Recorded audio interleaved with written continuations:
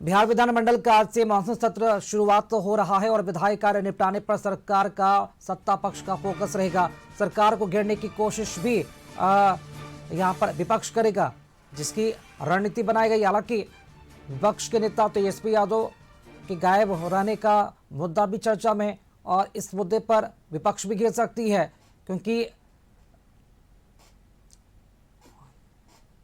चलिए अधिक जानकारी के साथ संवाददाता अंकिता इस वक्त हमारे साथ लाइव जुड़ चुकी हैं। अंकिता, बिहार विधानमंडल का आज से मानसून सत्र की शुरुआत हो रही है। क्या तस्वीर आज देखने को मिल सकती है? क्या लगता है सत्ता पक्ष विपक्ष के बीच किन किन ऐसे मुद्दे होंगे जिस पर सदन के अंदर टकराव की जो स्थिति है वो देखने को मिल सकती है?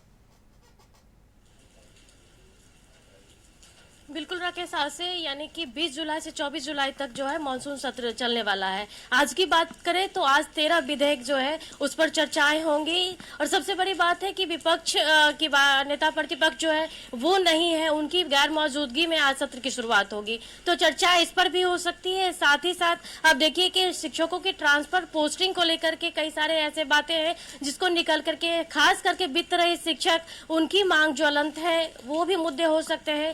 भरत तिवारी की बात कर ले, भरत तिवारी के एनकाउंटर की बातें हैं, उस पर भी चर्चाएं हो सकती है। इसके साथ हर वर्ष जो है हर सत्र की भांति इस बार भी जो आप देखिए कि कई ऐसे मुद्दे हैं महंगाई को लेकर के है, इस पर भी चर्चाएं हो सकती है। लेकिन सबसे महत्वपूर्ण यह है कि आप देखिए कि नेता प्रतिपक्ष फिर इस वर्ष भी जो यानी कि मानसून सत्र में उनकी गैर मौजूदगी है, तो होता सरकार को और खास करके जो एनडीए की सरकार है उन लोगों को एक मुद्दा मिल जाता है इस बातों को रखने के लिए, क्योंकि जो अपने विपक्ष का काम होता है कि वो अपने कई सारे जो काम नहीं हो रहे उन सारे मुद्दों को रखना, लेकिन उनकी गैर मौजूदगी में ये सारे सवाल नहीं हो पाते हैं, तो ये बहुत बड़ा मुद्दा हो सकता है।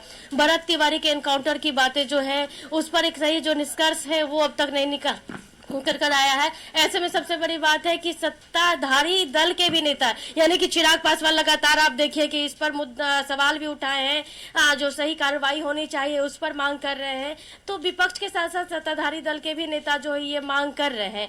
तो कुल मिलाकर के आज जो है कई सारे ऐसे मुद्दे हैं जिस पर चर्चाएं होंगी और हंगामा के भी आसार बताए जा रहे हैं। राकेश, शुक्रिया अंकिता खबर पर जानकारी देने के लिए आपका।